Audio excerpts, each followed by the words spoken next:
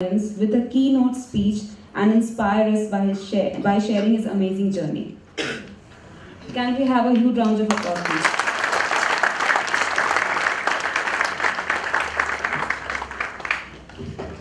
Good morning, friends. I need a louder good morning. I was in college once, don't forget. Dignitaries on the dais, Professor and Mrs. Namdar, thank you for having me here.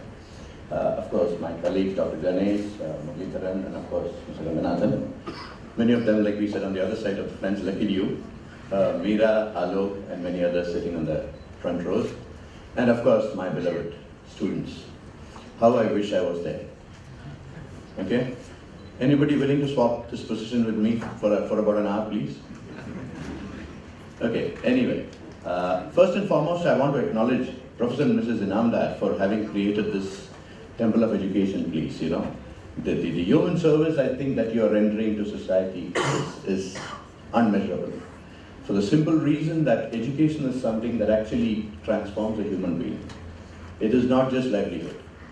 It's important, therefore, for each one of you who is here in this institution to understand that you are actually coming in raw, probably as uncut diamonds, and going away as priceless ones.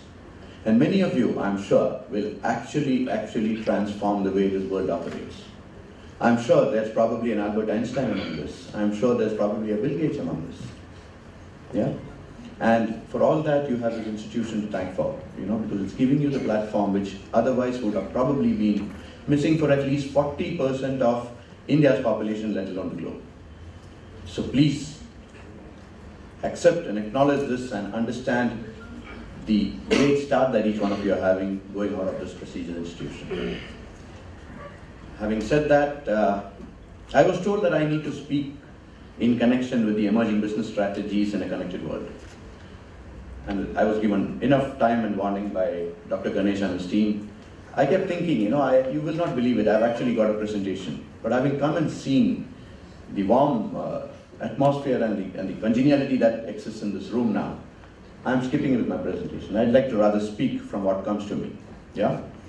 I'd like to start by showing you a little presentation, a little clip here, which I just got this morning from one of my colleagues. Can we have that clip, please?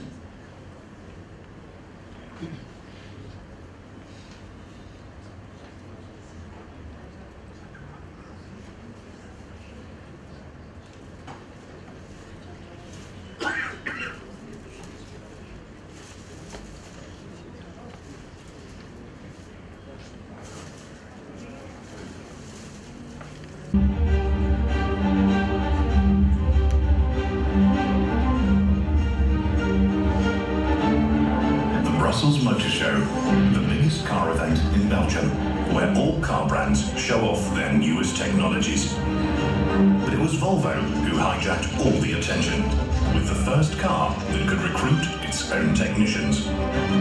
Volvo presents the recruiting car. Ik wil de HR nemen. Op zoek naar onderhoudstechnici voor de Volvo fabriek in Gent. 200 job openings were announced on social media, inviting everyone to come and check out the first car that recruits its own engineers. To conduct the interviews, we tapped into the car's technology. Welcome, Oliver. Glad to see you put on your blue shirt for the interview. Can you show me where my electric compressor is? Sure. Please allow me to play some piano music to make you feel more comfortable. Tell me, why should I hire you? I've been passionate about By applying AI, we could actually test social and technical skills and make unbiased evaluations of all applicants. These were sent to Volvo's HR managers for further interviews. Changing the conversation from cars to jobs got us national media attention. Et l'entretien d'embauche sera d'abord mené par un véhicule et par son intelligence artificielle. 70% of all news coverage about the Brussels Motor Show was dedicated to Volvo. More than 1 in 2 Belgians was reached through PR coverage alone, leading to 300% more. So my dear friends, we just saw the latest in technology. You have cars interviewing you if you want a job. maybe if a few years or a few months ago, if somebody had told this to us in the passing, we would have thought that the person is either insane or he's got a very, very wild imagination. But this is something that's just been presented last week in the car show, where actually at the primary level, a car has the amenity and the capability to evaluate and see if a candidate is screened for final evaluation as a potential employee. But let me tell you the good news in this. The good news is that in the midst of all the artificial intelligence and virtual reality, which even Dr. Ganesh told us can at times be intimidating, the good news is the critical most and the most important element still is the human being, all right, which represents each one of you. So all this is in the periphery. Many of my learned colleagues here today will share with us the state-of-art technologies and also the latest that have happened in the various fields that they are specialized in.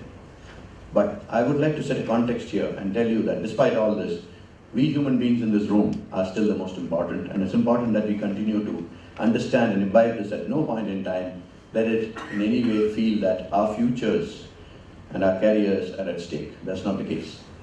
It's important, I thought, that I must share this with you as part of my keynote address, because I realize that in most of the institutions that I visit and most of the newcomers that I meet, there seems to be a certain element of doubt as to what will happen to my future if everything is taken over by automation and technology.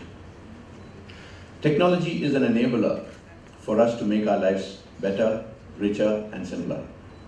And it's with that context, I'm sure, that even today, as we speak about the emerging business strategies, the various points that will be put across is given to you as a cue, as an indicator that you have ample opportunities to better the tomorrow of not just the country, but also the world. I have compiled for you a few things which I thought in a few years that I have spent in this business of human resources to share with you that may be of some guidance and help, because it's certainly helped me in my life.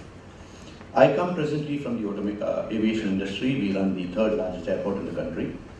But let me proudly tell you, we are the second fastest growing airport in the world. The first one being in Japan. We have the opportunity to be presented with all the state-of-art technologies, because aviation being an advanced industry. And we are currently in the process of testing and finalizing for India the possibility of using biometrics to ensure that there is no other physical frisking or physical check that happens in the security. We have actually tried to turn around the paradigm that is presently used in Indian security, which says we are trying to stop all people to ensure that one wrong element or one wrong individual doesn't go through the security and endanger the others. We are trying to ensure that the paradigm is turned on its head and make sure that the 9,999 genuine passengers go past without the trouble, while we are able to stop that one wrong element. This has also been enabled by the Government of India with the database that they have created with the Aadhaar card and the other technologies that they have introduced. With that technology and database available to us, we are now ensuring that at least flying and aviation within the country and internationally is a far safer domain. This I cited to you to let you know that, end of the day, all the technologies in the world still boils down to having the human element of interfacing. The good news is that there is still, at least for the next few years, no possibility of all the machines and all the automations in the world being able to represent and emote. Emotion is something that is still the domain of human beings. We realize this, and therefore we still stress upon, even in aviation and other advanced technologies, the requirement of the final test by a human being to ensure that it's foolproof and useworthy.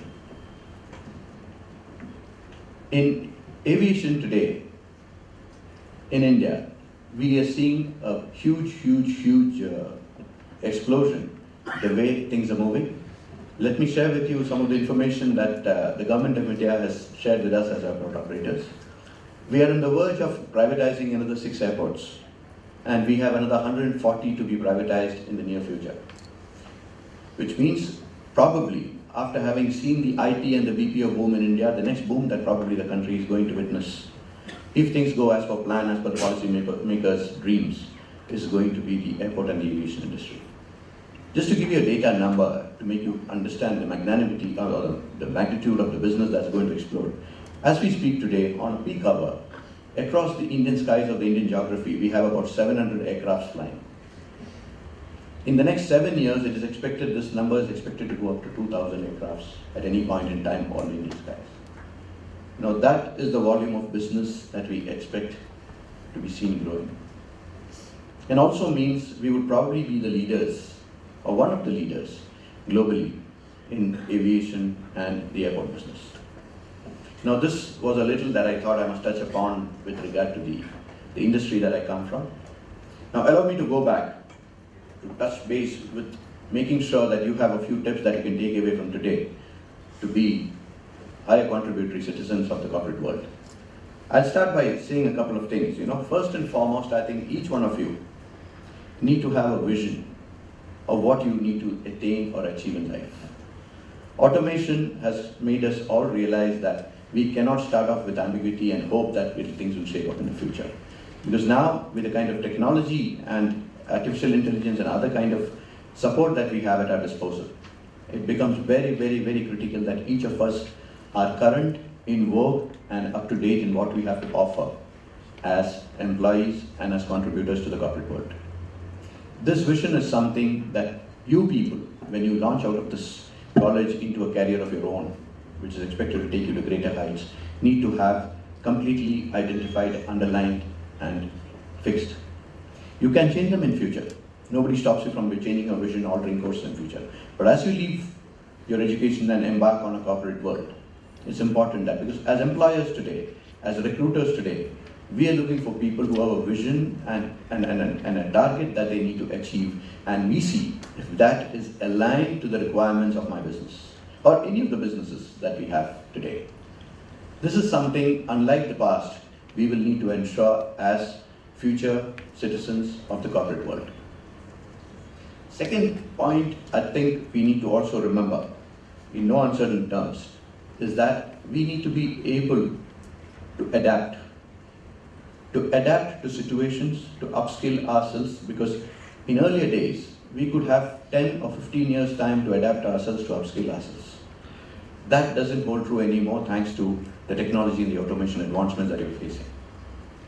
The new tenure or the new change cycle is 5 years, and we expect it to come down to 2 years.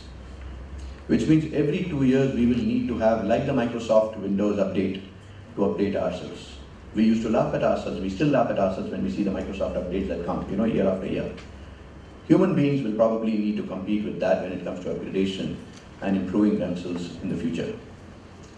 Third, we will also need to have a certain element of simplicity to ensure that we are not at any point in time under the influence of any of these technologies, for the simple reason that the adaptability that I mentioned earlier can only happen if we are simple enough to be able to change constantly without having ideological mindsets or rigid approaches. If this can be adopted by all of us, we are sure to have the last element, which is the most critical element today as members of the corporate citizenry, which is engagement. Let me narrate, I'm sure some of you must have heard this story, but let me narrate a little story that I've heard about engagement. The American NASA was in the process of finalizing and training their astronauts to land on the moon the first time. I'm talking of the year 1969. And the President of the United States decided to pay a visit to the NASA center where these astronauts were getting trained. And it is said that when he and his entourage entered the main hall of the NASA building, they saw this lady mopping the floor. As luck would have it, the President of America decided to turn around and greet the lady and ask her what she was doing. We're talking of NASA, the place which is on the verge of sending human beings to the moon for the very first time. And it is said that this lady, when she was asked, she was introduced her name, and then the President, being the courteous man that he was, asked her, "Ma'am, what do you do?" And she's supposed to have proudly turned around and told him, "Oh, I'm part of the team which is planning to put 2 men on the moon." So if a lady who was cleaning the floor had the engagement level and the pride of being part of the team which actually is planning to put 2 people on the moon, it shows the level of engagement that that team had managed to generate for itself and for every member. And the end result of that engagement is something we saw when we actually, for the first time in the history of mankind, had 2 human beings land on the moon. So, this engagement example is something that I would like each of you to carry back with you. Because no job in the world is too small or unimportant. As long as we are in a position to kind of carry this message with us and walk the talk when it comes to actually being confronted by difficult situations, or which will be more than plenty for each of us in our lifetime to come, I think this little element of wanting to do the best that we are participating in should probably make us winners each and every time. If not for the project, at least for ourselves, we could certainly come back as better human beings and therefore more important and critical to the next contribution that we make to society. With these words, friends, let me wish each one of you a glorious career ahead and thank Mrs. and Mr. Inamdar one more time for doing the human service and the wonderful work that you're doing by offering education, which is the greatest reward that any citizen of this country can have. Thank you and wish you all the very best.